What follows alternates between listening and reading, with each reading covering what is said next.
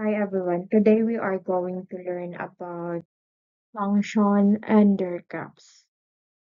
So I know you may already be familiar with this topic because somehow you have been involved with equations dealing with functions way back from your high school. So let's get started with this topic.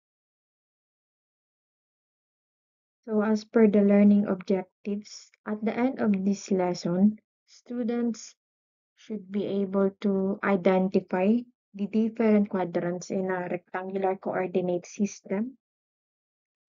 Secondly, to plot a graph of even, odd, linear, and quadratic functions. And the third objective of this lesson is the student should be able to perform algebraic operations involving functions. And the last objective is for you to determine the domain and range of a function.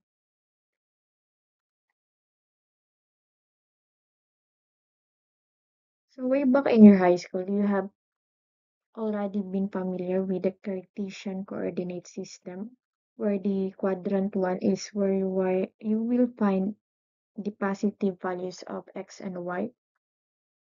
Quadrant 2 will contain the negative values of x and positive values of y. And the third quadrant will contain all the points with negative values of x and y. Then the last quadrant, which is the quadrant 4, is a combination of positive values of x and negative values of y. For the location of point P, the coordinate of point P is described by A, B, where A is its x coordinate, also referred to as the abscissa, and the ordinate is the letter B or the y axis.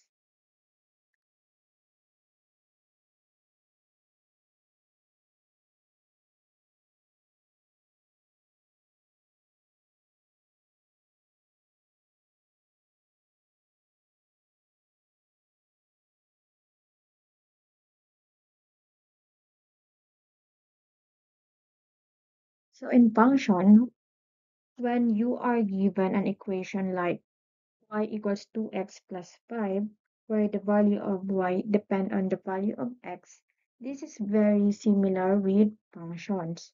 In this part of our topic, we discuss in detail the concept of a function, its properties, graphs, and operation involving it. Function is like a machine that is represented by a box as shown.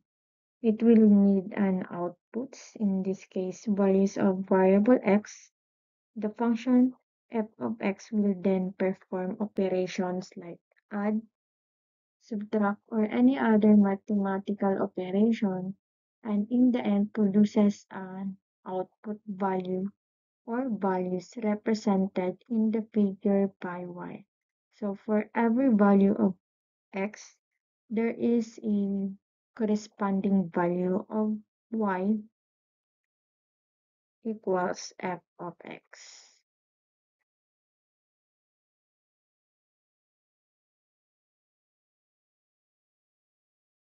So the graph of a function f is the graph of the equation y equals f of x for x in the domain of f.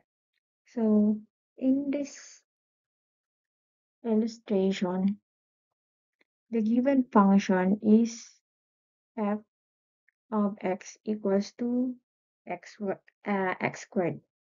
So you can draw the graph of the function by substituting values of x, which is these values in this left side and determine the corresponding values of f of x as listed in this middle part of the table. So the graph of the function is obtained by plotting the x and f of x values as as a coordinate of a point as shown on the next slide. So for this one, the first value assigned for x is -2.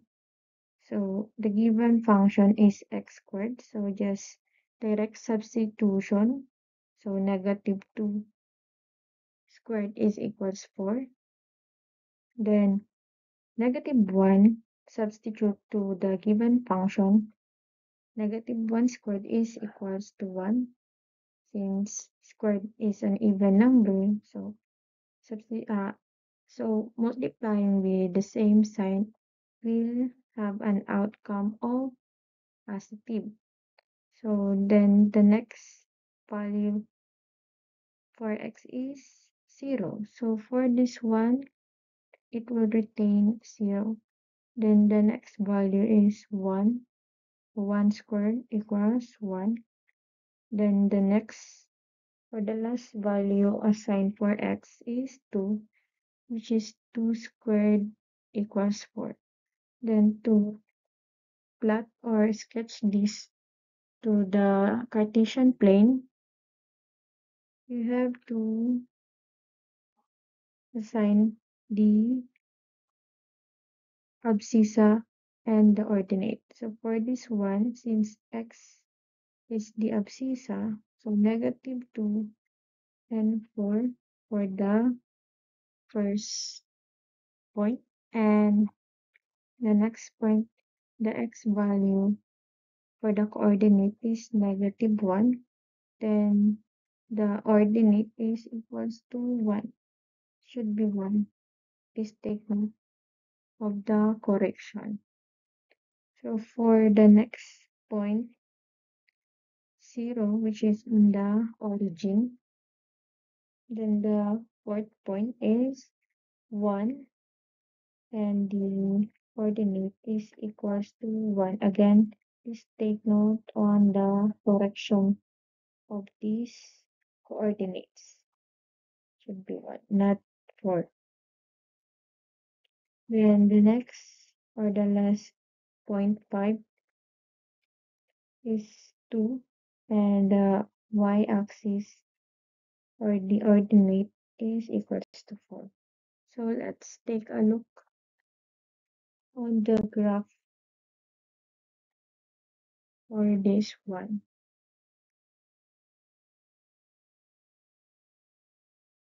So point 1 is -2 and 4, and the point 2 is -1 and 1. Then point 3 is at the origin. Then the point 4, which is 1 and 1. Then the last point is 2 and 4. So when plotting the coordinates, we first refer to the abscissa. So you have to plot or trace the points in the x-axis. Then once you have obtained the x-axis, you may now plot the y-axis. And for this example, point 5, the y-axis is at 4, value at 4. So now let's move on to the definition of a linear function. So when we say a function f is a linear function, if it is defined by the expression f of x equals ax plus b. So basically, yung mga polynomial natin na ganito yung form,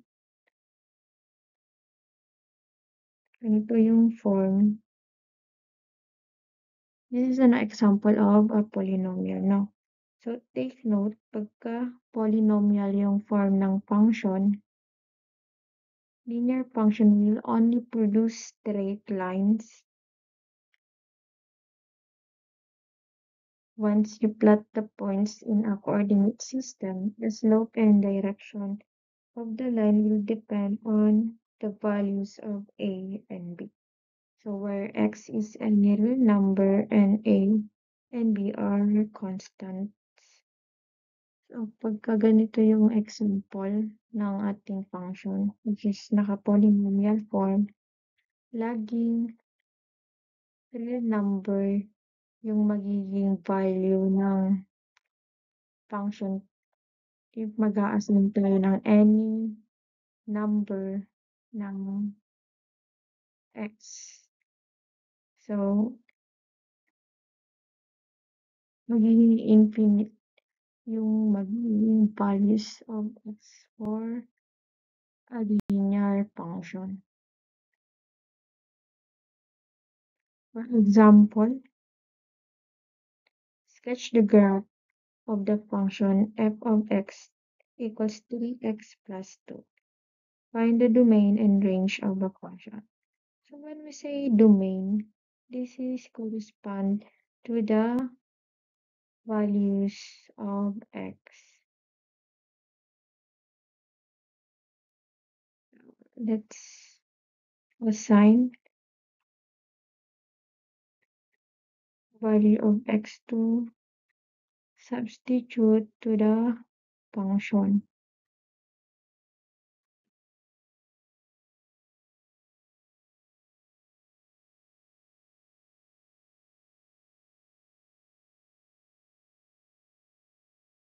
So tatandaan nyo class, yung f of x, ini-equate natin yan sa y.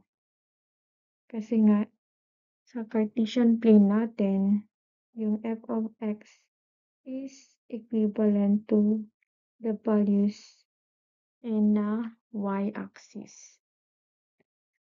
So since yung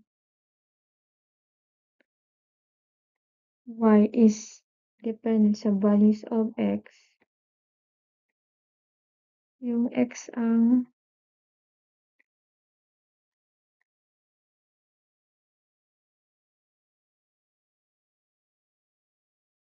so for this one, to find the values of x of f of x, you can randomly pick any values of x.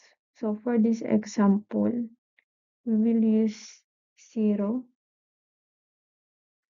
1, and 2. So if we are going to substitute 0 to the variable x, it will have an answer of 2, which correspond to the range or the y-axis.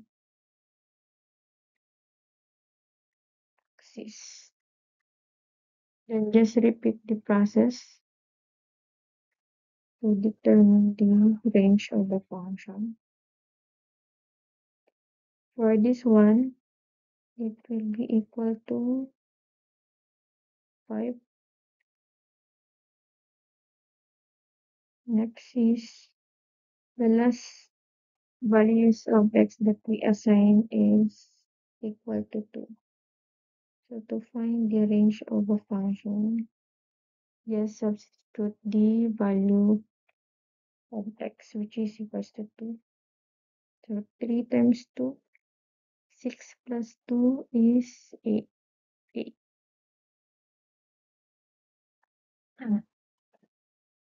So let's graph this.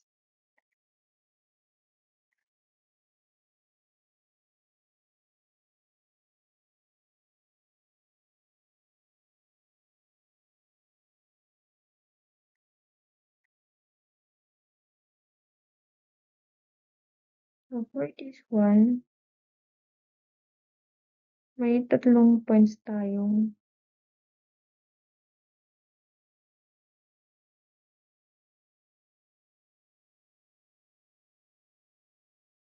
or coordinates na nagawa.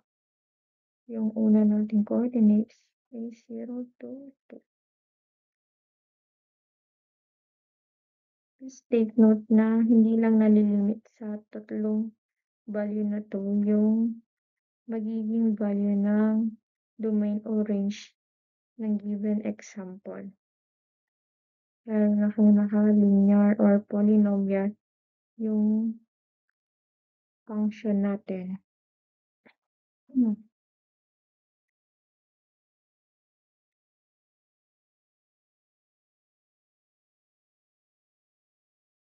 So let's try graphing this one.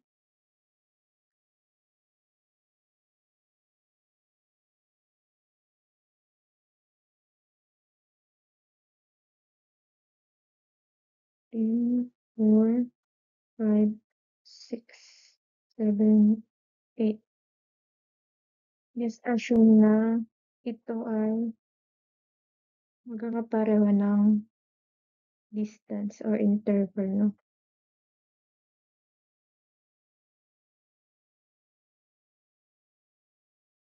Hanggang 8.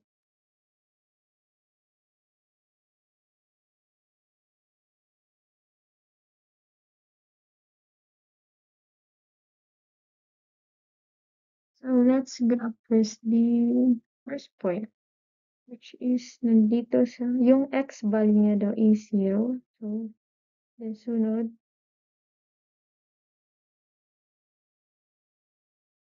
let's try other color. For this one, let's try purple para mas makita, or green lang.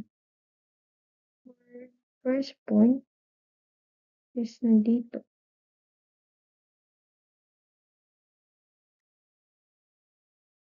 Kasi nga 0 yung x mo, then yung magagraph mo lang is yung nasa y. And the second point is at 1 and 5. This is the x.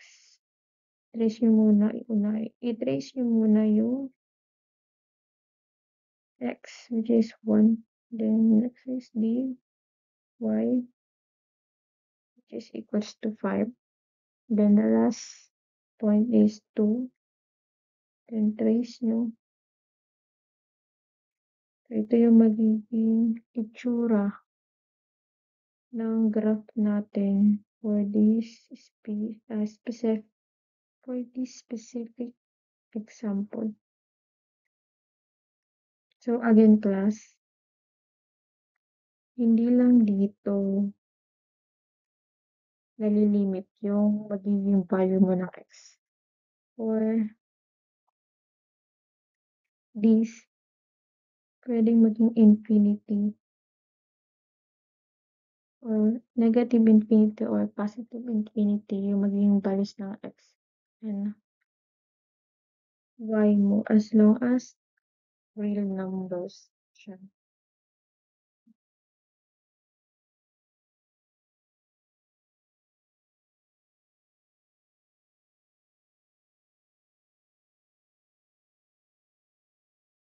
So kahit na mag-substitute ka ng x equals to, let's say 5. Then substitute mo sa function, given function, 5.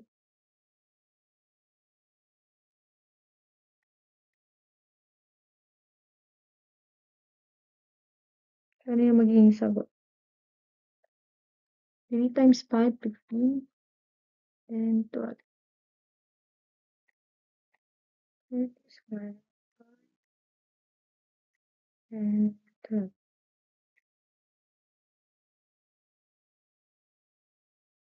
So to graph this, nandito banda, let's assume na nandito banda yung 5. Then nasa dulo na yung 12.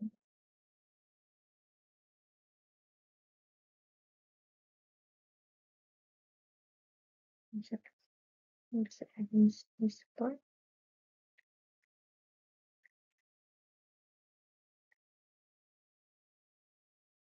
just trace it. Extend mo lang yung linear or the line. So, ibig sabihin nagpas through sa linya yung coordinate natin. Next is the even function.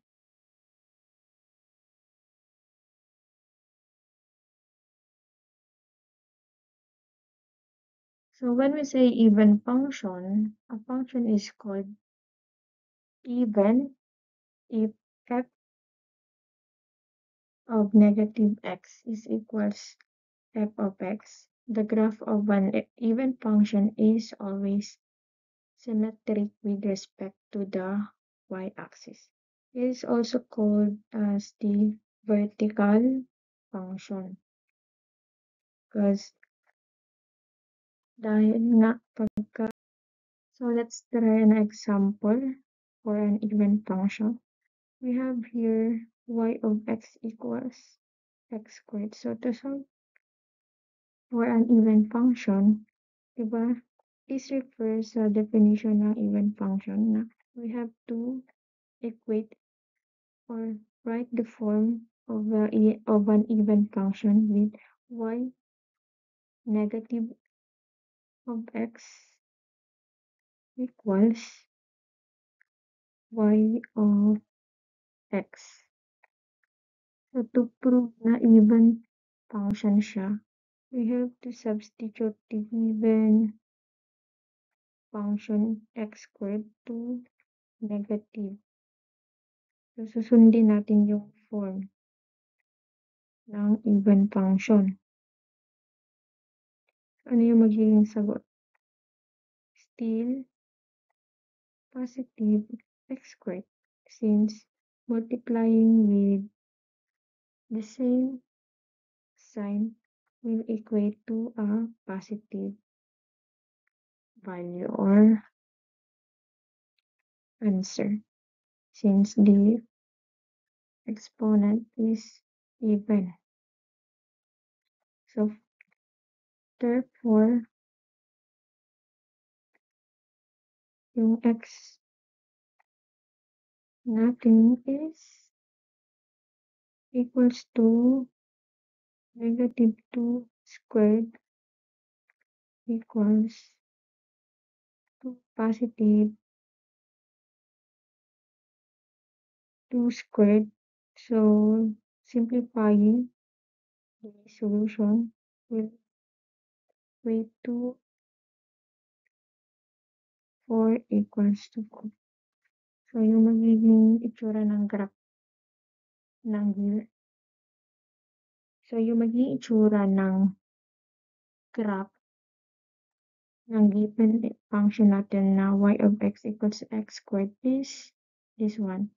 So, para ma-identify mo na even function yung graph, dapat may axis of symmetry siya along the y-axis. So, y-axis.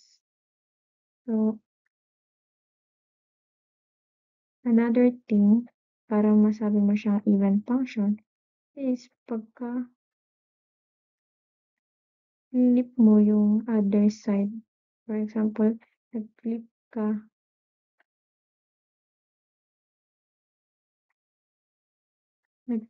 sa left side, use this one along the vertical axis. Tapos pumatong or lumapat pa rin yung linya dito sa kabila. This means na meron siyang axis of symmetry along the vertical axis. Yan yung magiging even function or itsura ng even function. May axis of symmetry along the y-axis. So, sa odd function naman, as per the definition, a function f is called an odd function if f of negative x is equals to negative f of x. The graph of an odd function is symmetric with respect to the origin. So please take note sa expression na to para ma-prove kung nag-fall siya na odd function. So this is an example of an odd function. So to check if the graph is an odd function, you just need to rotate it to 180 degrees. No? So try to imagine or it to your write it in a piece of paper, this graph, then where the reference, dito ka mag-start mag-rotate, i-rotate mo yung papel to 180 degrees. Kung bumalik siya sa original niyang picture, which is this one, ibig sabihin, add function yung graph. Pero kung hindi bumalik yung picture sa original, kumbaga, naging ganito siya. Ibig sabihin lang yan, not an even or odd function.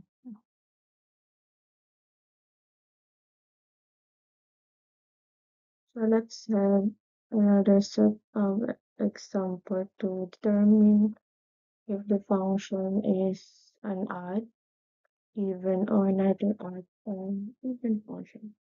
So first thing na gagawin natin is to write the form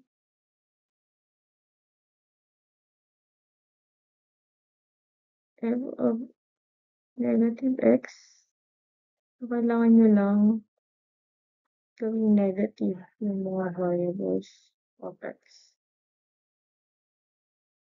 Then substitute it to the given function, which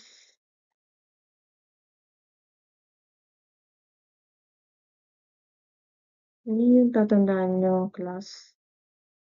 Pagka kukuha ka ng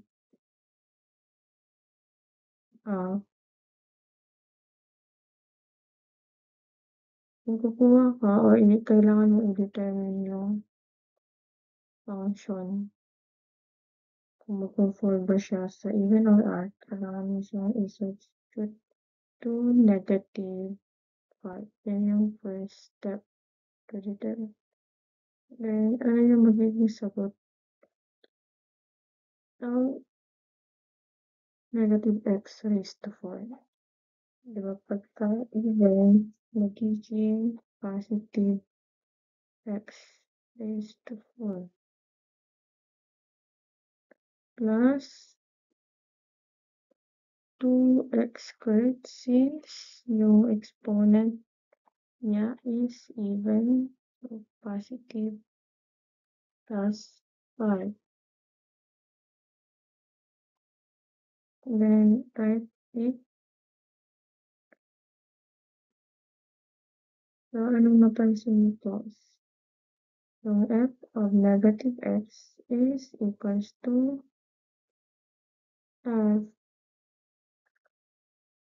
of x.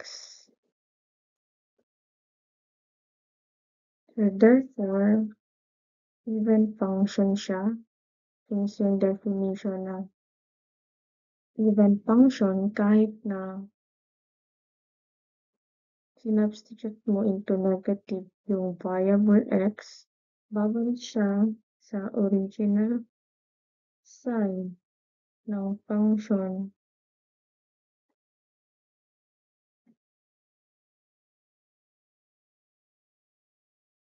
Kaya,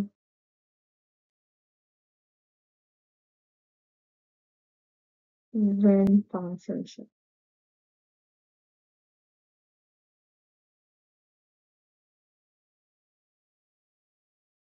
Therefore, this is an even function.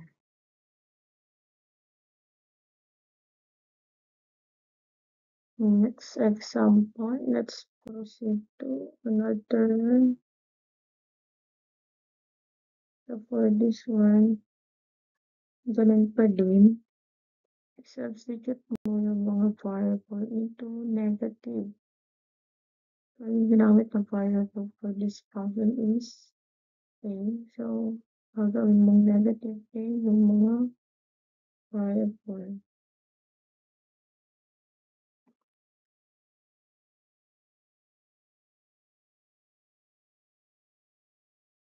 Plus 2 negative A.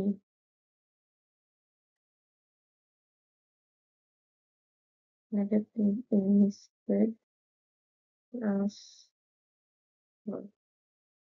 Then let's simplify the function. Since yung exponent ng negative A raised to 5 is an odd, so magiging negative A raised to 5. Then for this one, since yung exponent there is even, so positive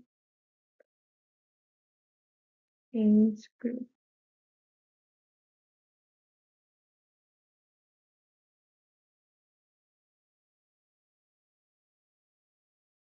So may na-involve na ditong negative sign, so kailangan natin ilabas yung negative sign.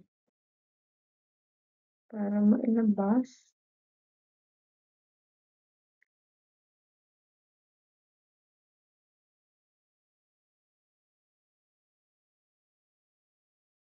eh,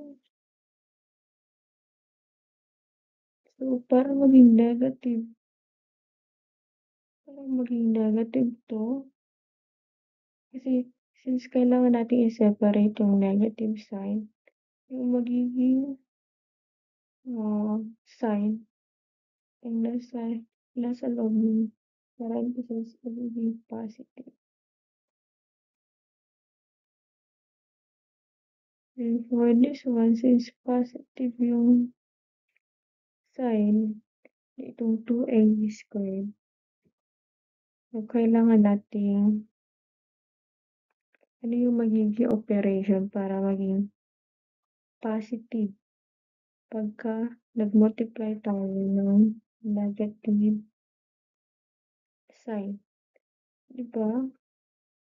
Same sign equals positive sign. So, yung magiging sign na dito is negative 2a para bumalik siya sa positive 2a.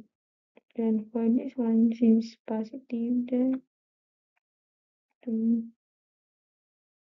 remain a positive.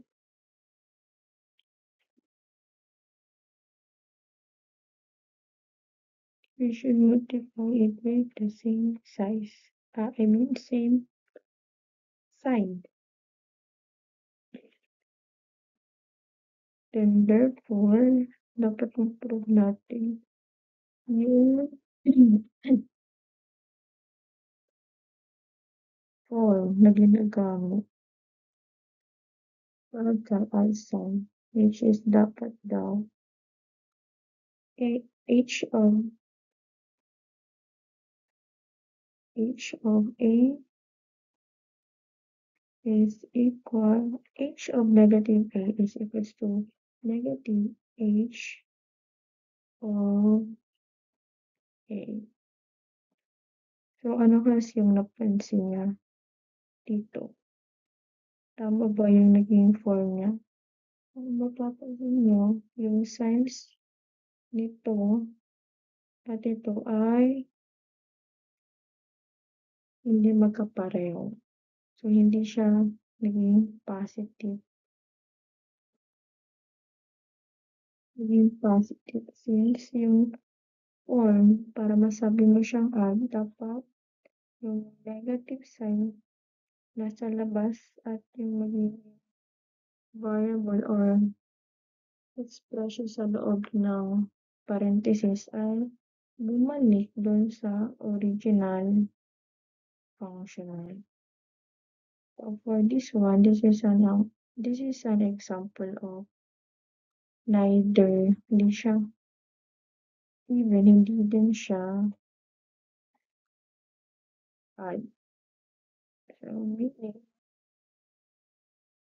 it is neither odd or even. Ito yung sagot dito.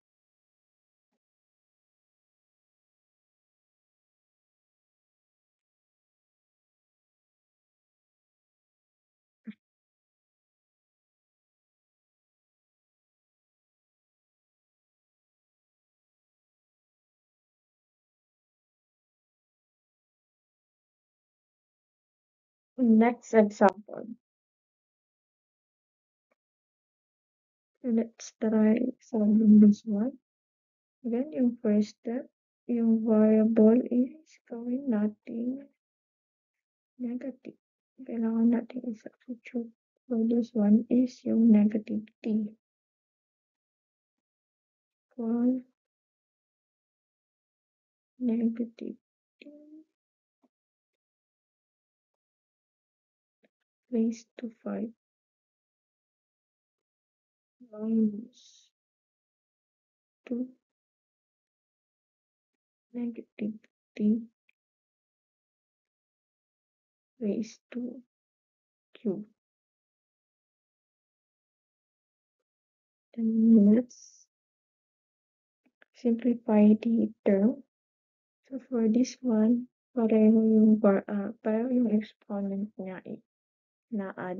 So magiging negative t raised to 5 siya. Then dito, relative, so positive to. Yung positive bakit? Bakit naging positive? Kasi, di ba ito is odd. So, magiging negative yung sign ng t.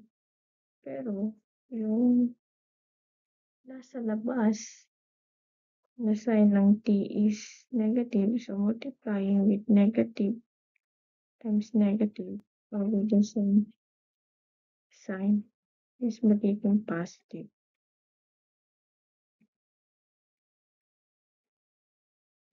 Raised to 3. So, let's separate the negative sign from the terms. And since yung negative t5 is kailangan natin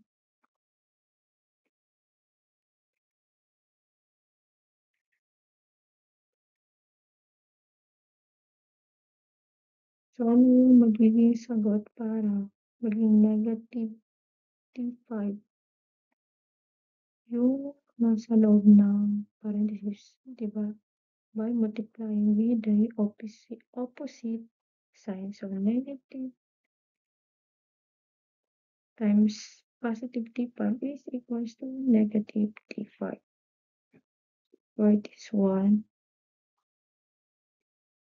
we positive yung sign. Multiply natin siya with a negative sign. Dapat negative din yung magiging sign ng 2t cube para maging positive siya. Since multiplying with the same sign is equal to positive sign.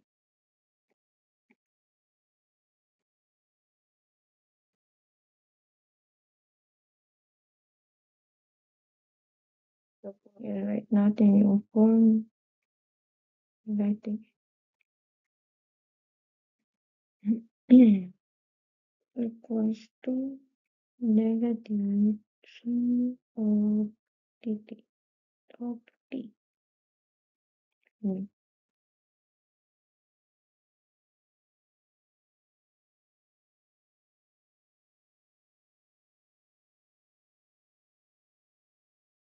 Yung napansin yung class. Di ba yung negative sign tama, nasa labas? Then yung t na positive, or yung meaning nitong T sa loob is yung original form. Bago nyo minultiply with negative, dapat bumalik kayo sa original form. So for this one, bumalik siya since same operation yung gamit positive T raised to 5 minus 2T cubed. So this is an example of so ano yung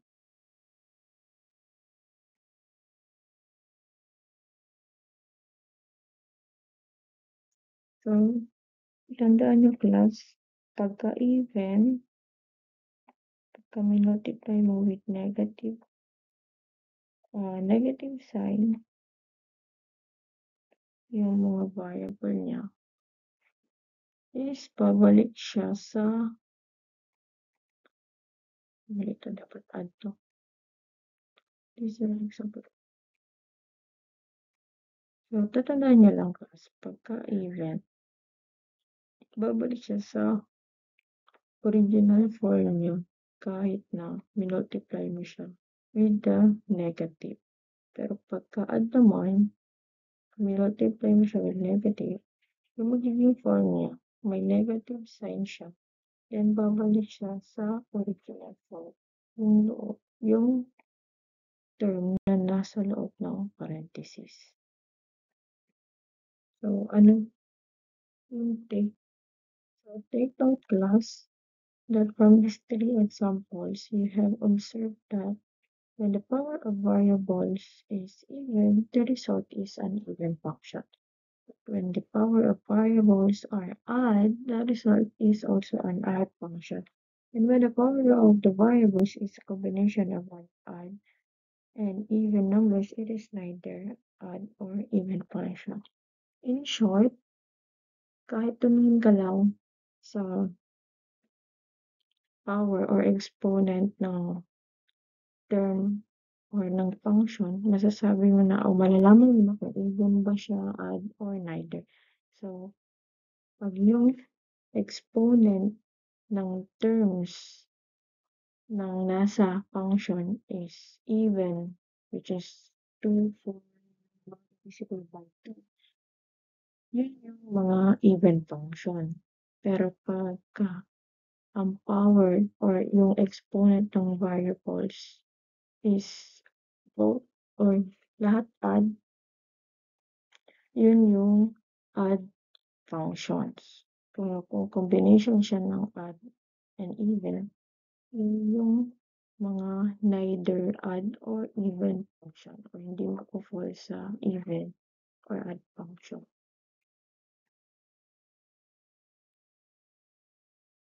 Let's sketch the graph of a quadratic function.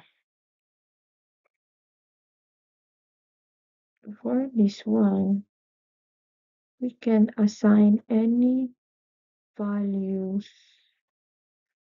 of x since naka-polynomial form siya. So, tandaan nyo guys, pag naka-polynomial form ang function, whether it's linear, quadratic, or kahit nga may cube pa nga yun eh, as long as naka-polynomial form, kahit anong value ng x ang i-substitute nyo sa function mo, laging real numbers ang maging sagot. So, may infinity set of solution tayo pagka polynomial, which is negative infinity and positive infinity. Kasi kahit anong values of x ang i-substitute mo sa function, lagi siyang real number ang magiging outcome or magiging sagot. So, kanina, yung given function is x squared minus 2x plus 1. So, dito, nag-assign tayo ng any values of x na nasa Cartesian plane natin.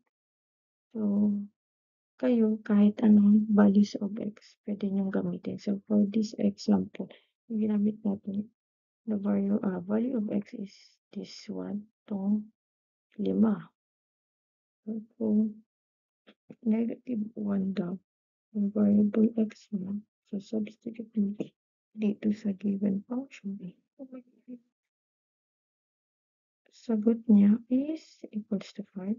So, kung variable x, if the variable x is equal to 0, the sagot is 2 by substituting it to the given function.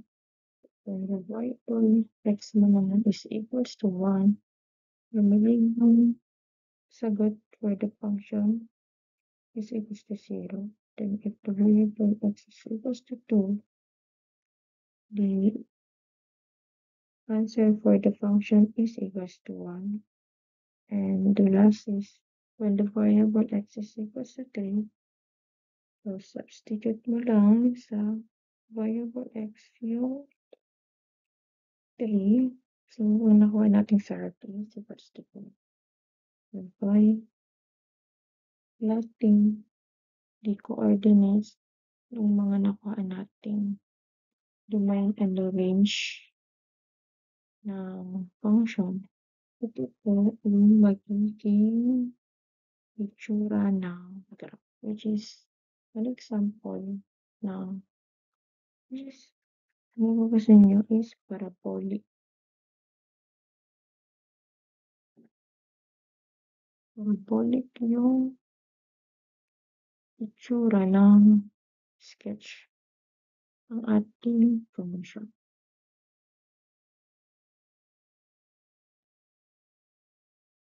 So let's move on to our next topic, which is the operation on function. So the terminology, pag yung sum ng function f plus g, the function value will be fx plus gx. So, sineparate mo lang, no? Pero yung ginamit natin operation is plus. Same with the difference. Separate mo lang. Yung ginamit natin operation is negative gx. I mean negative. Yan pag product naman. So, pinaghiwalay. Pero yung ginamit natin operation is times or multiplication. Then for the quotient, yung ginamit naman natin dito operation is the device. Is the division. Then, sa quotient naman, laging yung magiging value ng denominator is not equal to 0 para hindi maging undefined yung function natin. Let's have a sample problem. So for this one, yung unang ginamit ng operation is positive.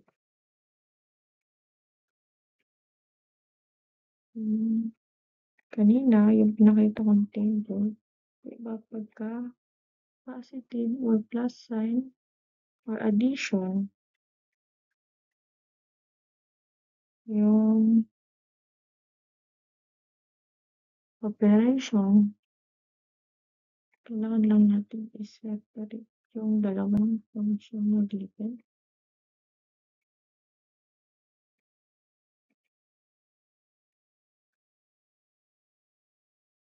Para masagot natin yung function in terms of the operation. So, may given function tayo ng f, which is f of x, which is equals to 2x minus 3. So, substitute lang natin yung value of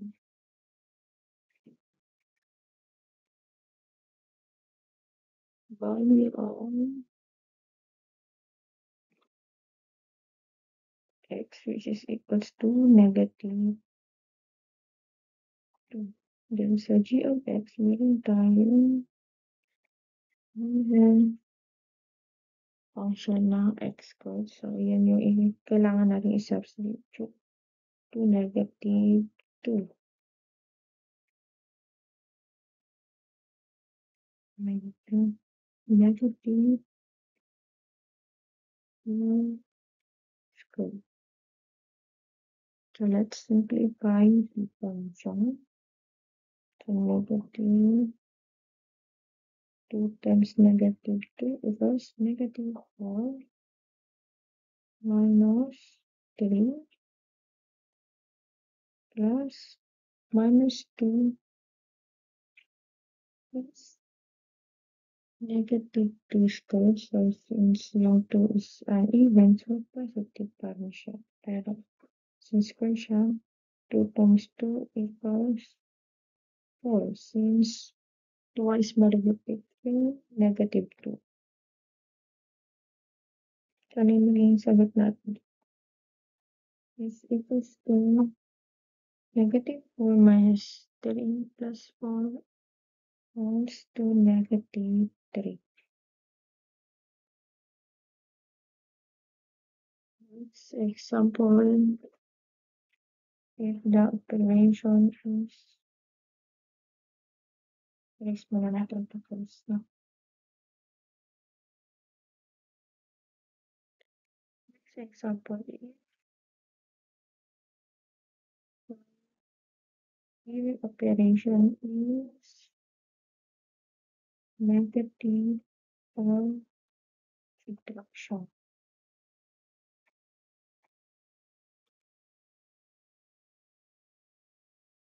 So the given for letter B is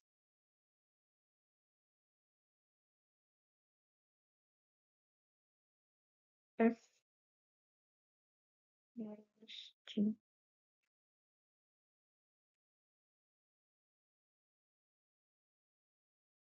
Of 3. F of 3 minus G of 3.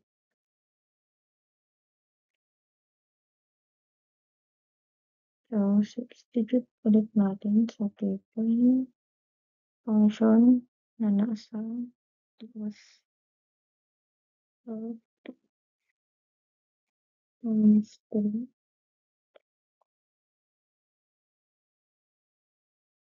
minus 3 minus ano yung given function ng g of x is x squared. So, kailangan natin substitute yung function ng g of x na 3 squared. So, simplifying it, 2 times 10 is equals to 6 minus 3 minus 3 squared giving 9. So f minus g of 3 is equals to ano yung magiging sagot natin dito class. Plus lang 3 negative 6. Tama ba? Please check kung tama yung makuha natin. 6 minus 3 equals 3. 3 minus 9 equals negative 6. The next is the multiplication.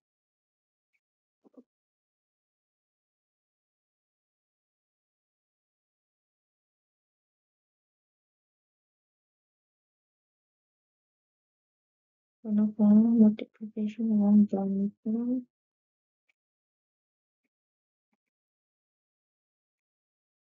operation.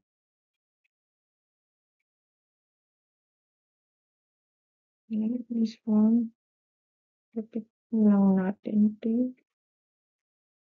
So, kailangan lang natin i-separate yung dalawang function. But yung gagamitin natin operation is multiplication 4 times. F of, eh, mali, dapat G of 2.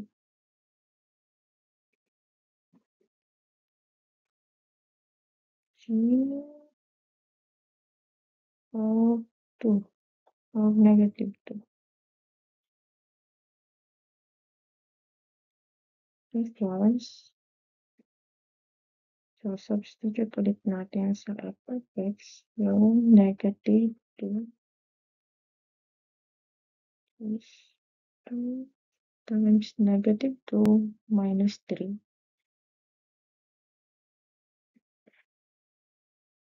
times,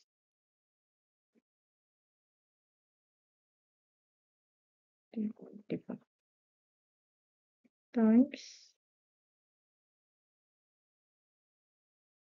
negative 2 squared para naman sa g of x natin. By simplifying it, 2 times negative 2, 4 minus 3 equals 1 times negative 2 squared equals 4 equals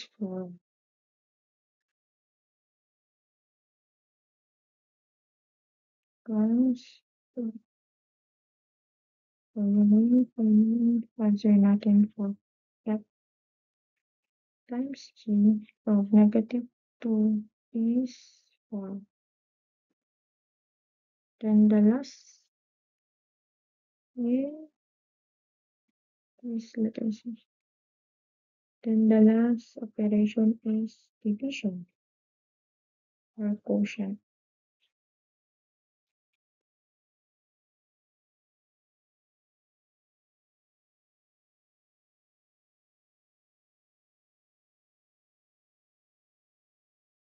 So, substitute mo lang. Okay. So, pakitry sa inyo yung sample problem para ma-familiarize kayo sa pagsagot ng mga ganitong function.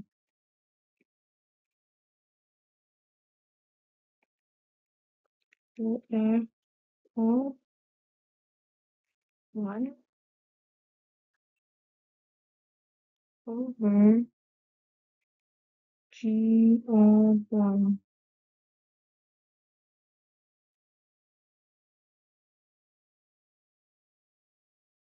So, let's substitute 2f of x, the value of 1, minus 3 over x squared is 1 squared. Ano yung magiging sagot ko? Equals negative 1. Let's check on your own kung paano natin for this one. Let's tackle about the domain and range of a function. Minsan domain of a function, as per the definition, is a set of valid inputs to a function. If we have a function f of x equals 2x squared, you can assign x any real number, and the function will accept the value by number. Therefore, we can say that the function's domain is d of negative 2 and negative infinity to positive infinity. So let's have an example. So dito, sa pagsasolve po ng domain of a function, may tatlong quantifier na kailangan i-consider. Una is kung naka-polynomial siya, ibig sabihin kahit anong real numbers ang i-substitute mo sa polynomial ay magiging valid yung value niya. Pero kung naka-rational naman siya, example is 1. So, pero kung naka-rational naman siya, example this one, naka-rational form yung function natin. Kailangan nating gawing valid yung function by making it sure na yung denominator ay di magiging equal to 0. So, magsusulat tayo ng inequality sign para hindi maging equal to 0 yung denominator. Yung masusulat natin diyan is x squared plus 6 not equal to 0. Yun lang yan ibig sabihin. Not equal to 0. So, let's find yung mga possible solution for this polynomial. Yung factor nito, x squared plus x minus 6 is plus 3 and then x minus 1. I mean minus 2. Yung last term niya is maging negative 6. Not equal to 0. Yan.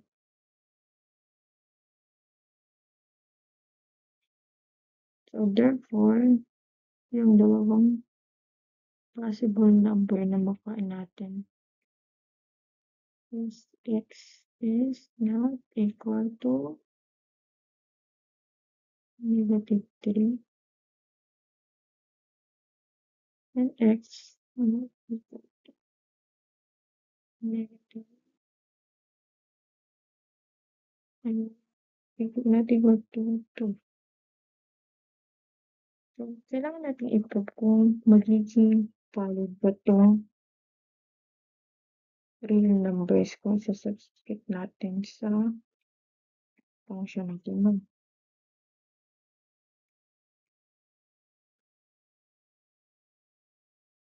So, for this one, what if kung negative 3? So, ibig sabihin lang yan,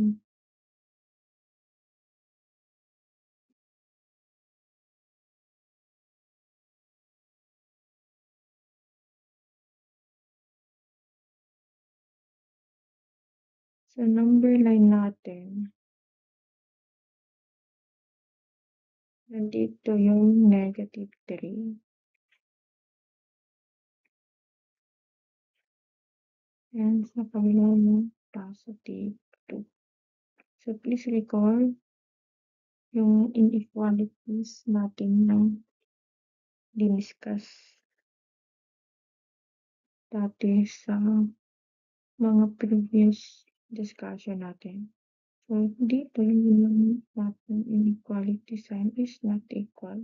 So, ibig sabihin, hindi kasali yung negative 3 sa magiging solution set. So, yung gagamitin natin circle is open na nag-indicate lang na hindi kasali sa solution set yung value na yun. So, let's check. For example, paano kung yung negative 3 mo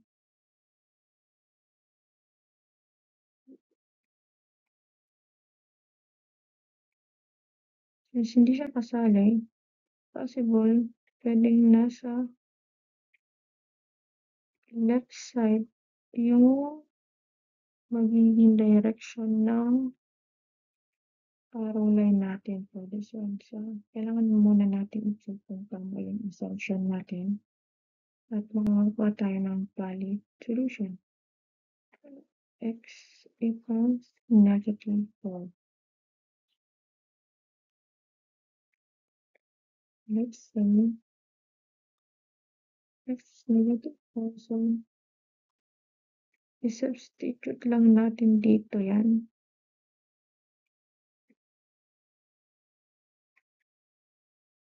2x.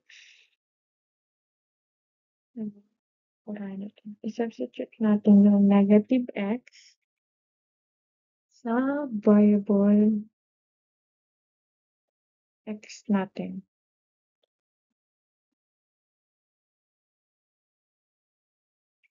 So, negative 4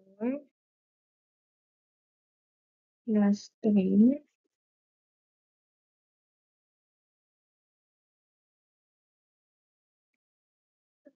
is negative 4 minus 2 equal to ilan po? Positive 1, negative 4, 6. Magiging negative 6 yun. O magiging positive, I mean. Kasi same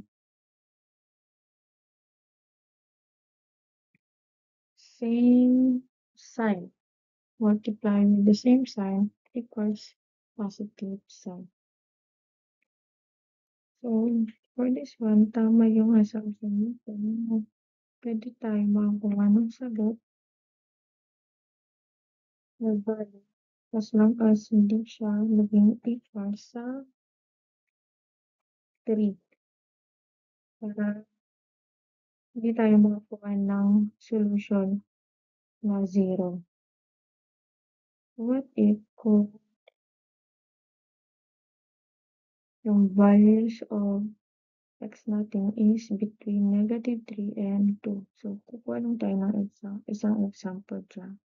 Ano yung nasa right side ng negative 3 is equals negative 2, diba? So, let's substitute x2 negative 2.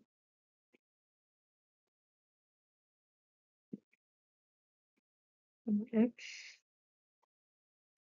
minus, substitute na natin yung negative 2 sa inequalities natin dito. Ito lagi yung pinagsasubstitutan natin. No? Pwede naman ito. Ito na lang siguro. Mas madali. Para lang. So, negative 2 plus 3 times negative 2 minus 2 equals to what? Ilan? Yung magiging sagot natin for this inequality. Negative 2 plus 3 equals 1. Negative 2 minus 2 equals negative 4. So, therefore, ang sagot natin is negative 4. So, meaning, valid value yung buo natin. What if naman, sa dito, ito yung magiging direction ng arrowhead natin. Kasali siya sa solution set. At ito din, nakakuha din tayo ng real number. So, kasali din siya sa solution set. What if naman kung nasa right side ng 2? Kuha tayo ng isang value na nasa right side ng 2. Sabihin natin 3. Kung valid pa rin siya. So, 3 plus 3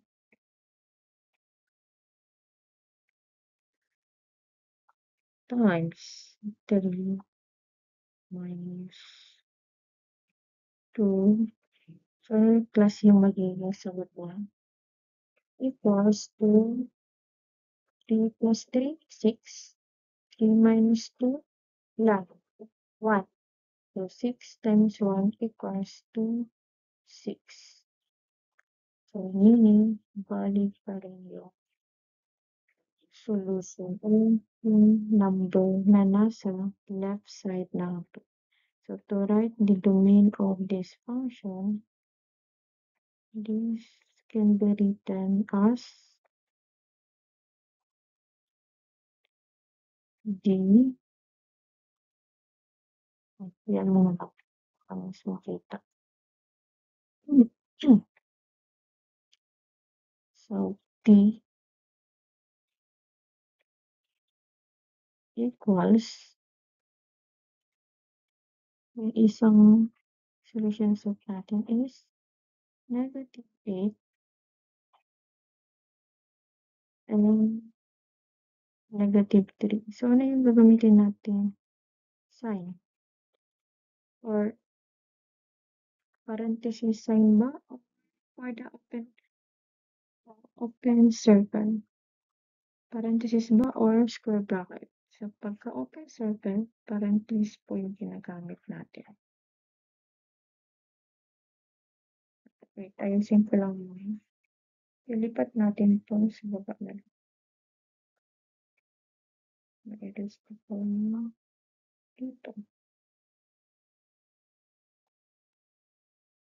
Okay.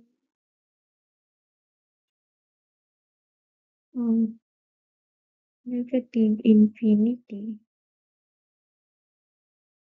Wait, infinity.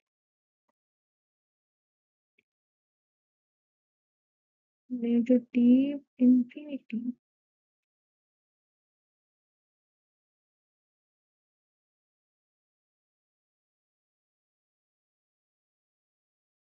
To negative 3. Then plus, pag open circle, yung ginamit nating circle dito, parenthesis yung ginagamit natin. Then yun yung since yun refers to or kasama pa sa solution set. Ito, negative 3 to 2. Pero, tandaan nyo, parenthesis yung ginamit nating sign or symbol dahil nga naka-open circle siya. So, pag open circle, hindi kasali yung negative 3 and 2 sa solution set. May boundary. Then, yung isa pa siya nating solution set, is valid for these 2 and positive infinity.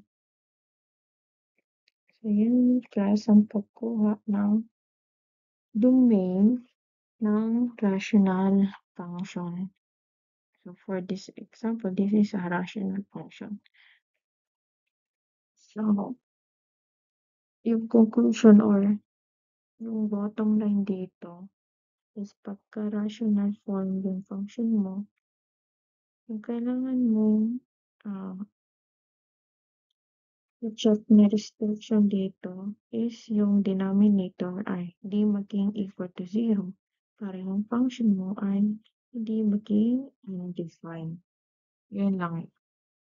Undefined at makuha mo yung mga real numbers or valid solution for this function.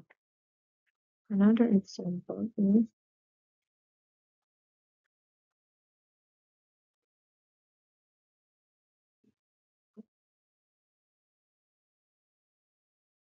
so on your own, please try answering for this one. Then let's try this function. Let's find the domain of this function. So, ito ay example ng radical expression. Naka-radical expression, yung restriction na chine-check natin for this one is dapat yung mga radical na may even natural number or for this one, this is even radical expression since squared siya, dapat yung nasa loob ng radical sign is hindi maging equal to negative values. So, kung magsusulat tayo ng inequalities for this one, x squared plus 2x minus oh, minus 15. So, parang hindi naging equal sa negative values yung gagamitin natin inequality sign is greater than or equal to 0. Agree ba kayo na dapat or pwedeng maging equal to 0 yung radical or radical natin for this one? Siyempre, oo.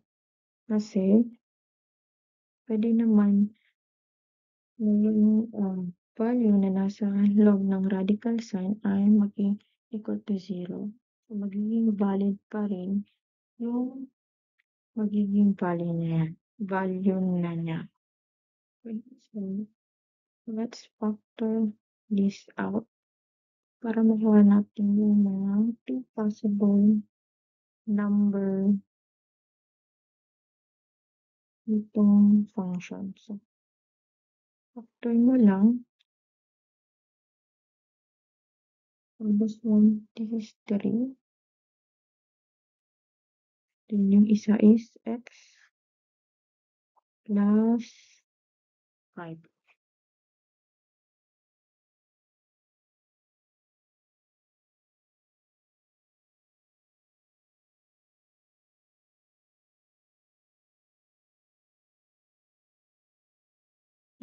Kasi, mayroon tayong dalawang limit ng value ng x, which is 3 x greater than or equal to negative 4. So, baka marami sa inyo nagtataka kung bakit naging 3 siya. Diba?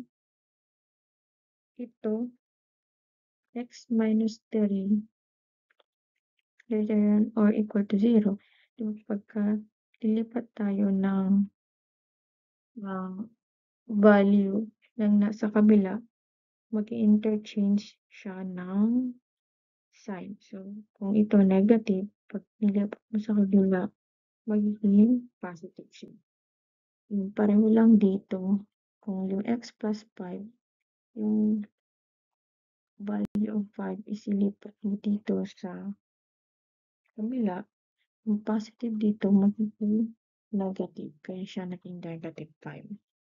So, let's check kung makakakuha tayo ng valid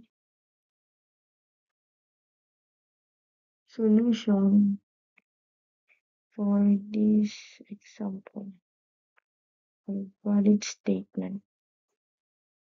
1, 2, 3, 4.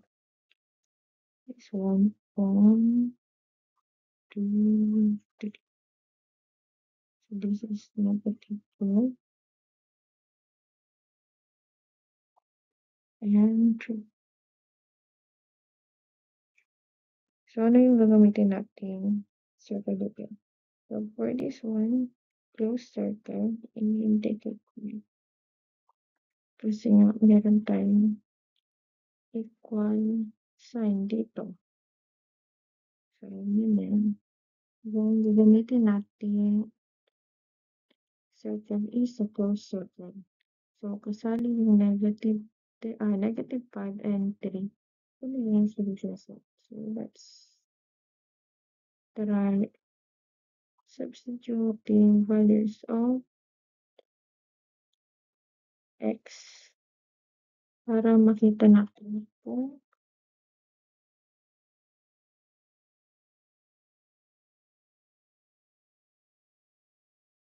tama ba yung statement natin ng inequalities. Or makita natin kung paano yung direction ng arrow line natin. So, yung x daw natin should be greater or equal sa 3. So, let's assume na papunta siya dito. As per the inequalities na x is greater than or equal sa 3. So, let's try for, let's substitute for to the inequalities. Yung pinakta natin value. So, ito po yung expression na kailangan nating substitutean ng variable x. Then, 4 plus 5.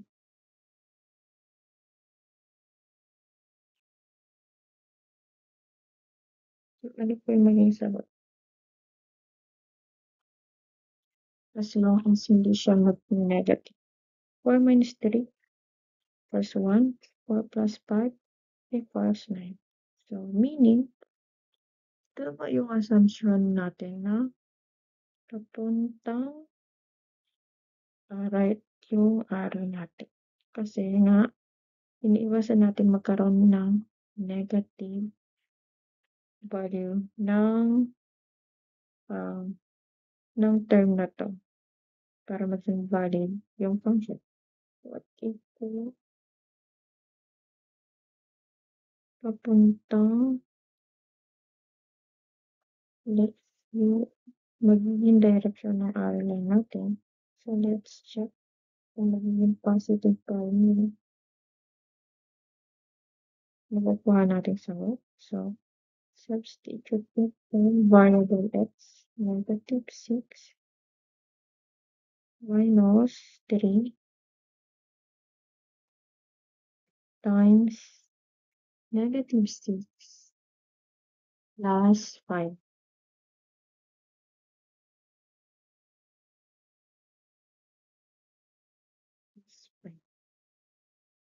equal to negative 6 minus 3 is negative 9. Negative 6 plus 1 equals negative 4. To negative 4. Negative minus negative magiging negative 9. So, negative 9 plus negative 1 equals positive 9. So, therefore, tama pa rin yung naging solution natin na yung direction is papuntang left dito sa negative 5 natin. Kasi nga, yung nakuha nating sagot is positive. Yan naman yung kailangan natin i-prove para maging true statement yung function natin for this one. Kasi yung iwasan natin dito is magkaroon tayo ng negative value sa loob ng radical sum. So, to write the domain for this example, ay meron pa pala tayong kailangan i-check. Kung equivalent between negative 5 and 3 ay kasalip pa sa magiging solution set. So, let's try negative 4. So, negative 4 minus 3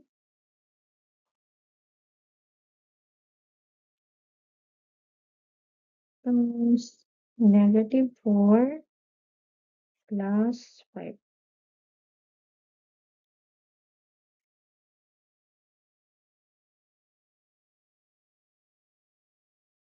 So, ano yung maging sagot, guys? So, negative 4 minus 3 equals negative 7. So, negative 4 plus 5 equals ilan? Ilan po? Positive 4. So, multiplying the two values with the opposite sign, so to negative 1. So, for this one, hindi na siya naging true statement since nakuha natin is negative value. So, ito po is invalid na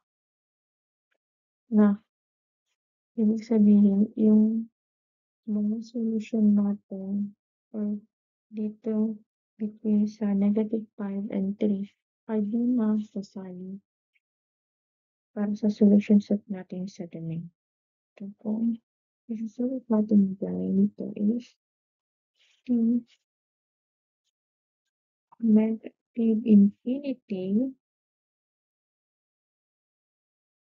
or -5.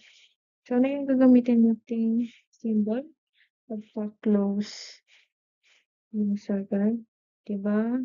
Bracket. Tandaan niyo class. Then, order yun kasi nga dalawa yung magiging possible solution set natin which is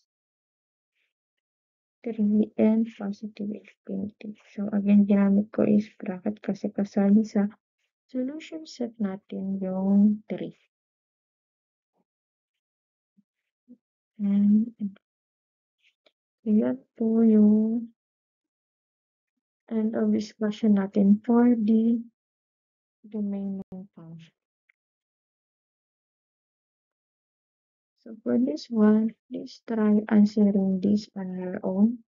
So I will check it via Google Classroom yung mga sumagot nito. And in finding the range of the function, the range is the set of valid outputs of a function defined by the domain of the function. So to find the range of a function, f of x equate y equals f of x, then express x in terms of y, then find the possible values of y, similar to finding the domain of a function. So let's have an example in finding the domain of a function by following the process in solving for this one. So dito meron tayong given na f of x equals x plus 1 all over x minus 3. So sabi dun sa solution step, i-equate muna natin yung f of x to y.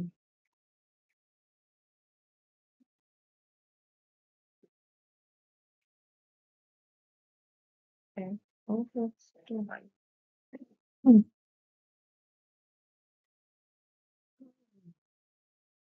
So, ganito natin po ng y instead of f of x plus x plus 1 all over x minus 3. So, kailangan natin isolve to in terms of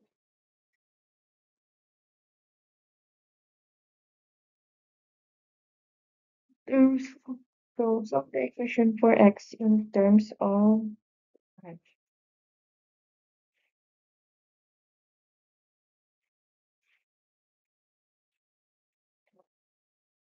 To solve this, kailangan natin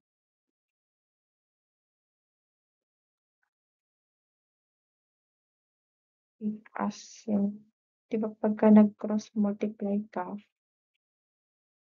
nag-cross multiply ka dito,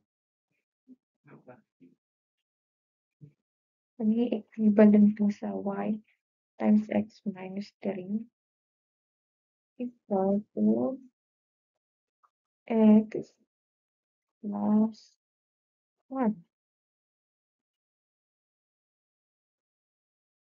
Then next is distribute y to the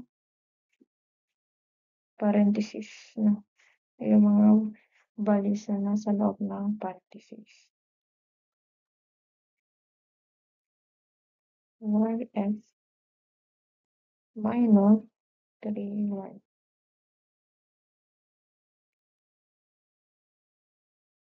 equal to x plus 1.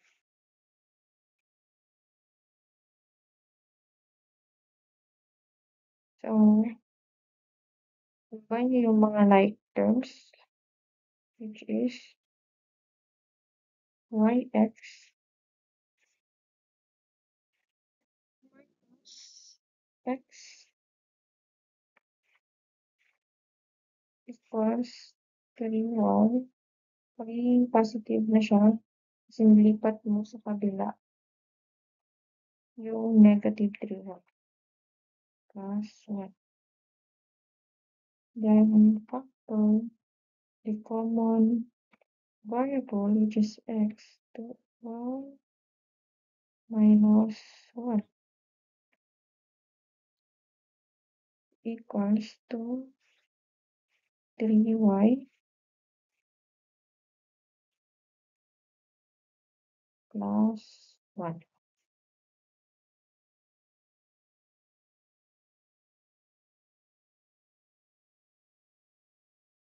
So, for this one, kailangan natin isolve yung equation for x in terms of y. Ayan, pag-iisahin na natin. Sa kabila, yung may mga variable y. All over y minus 1. Again, this is a form of rational expression. So, dahil rational expression siya, restriction kailangan i-check natin dito is yung denominator dapat is not equal to 0. So, to write a statement y minus 1 is not equal to 0. Therefore, y not equal to 0 and equal to 1. So, let's check in a number kung paano yung magiging itsura or direction ng arrow natin. For this one, nandito yung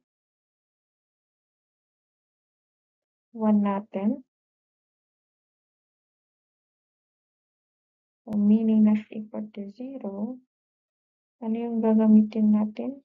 Open circle na circuit. Sabihin, hindi kasali yung 1 sa solution set. For this one, try natin yung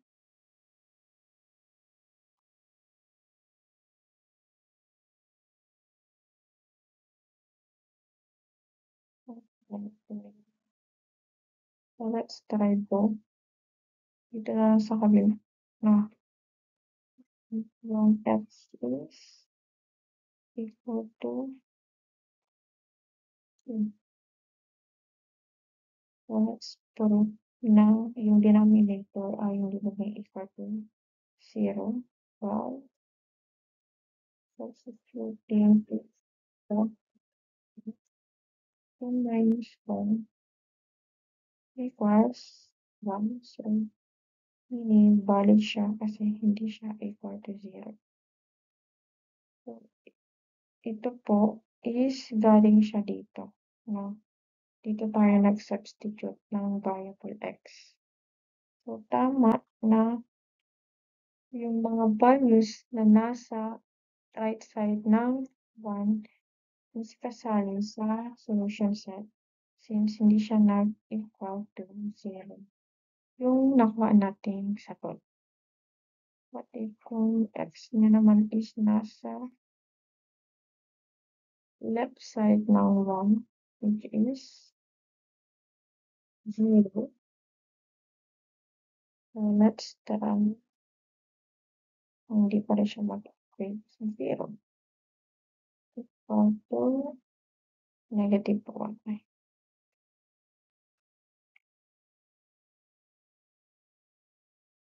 Ito. Negative 1. So, So therefore, valid pa rin siya since yung nakuha natin is -1, meaning hindi equal to 0 yung solution natin for this one. So to write the domain or the range of this function of is infinity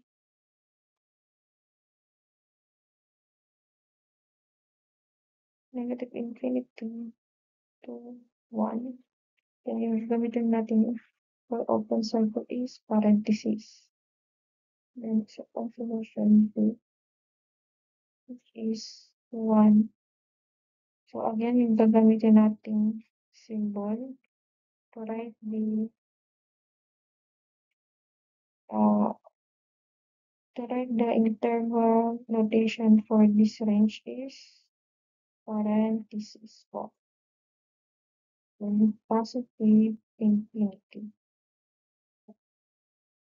Ayan po yung pagkuha ng range ng function. So that's all. Thank you.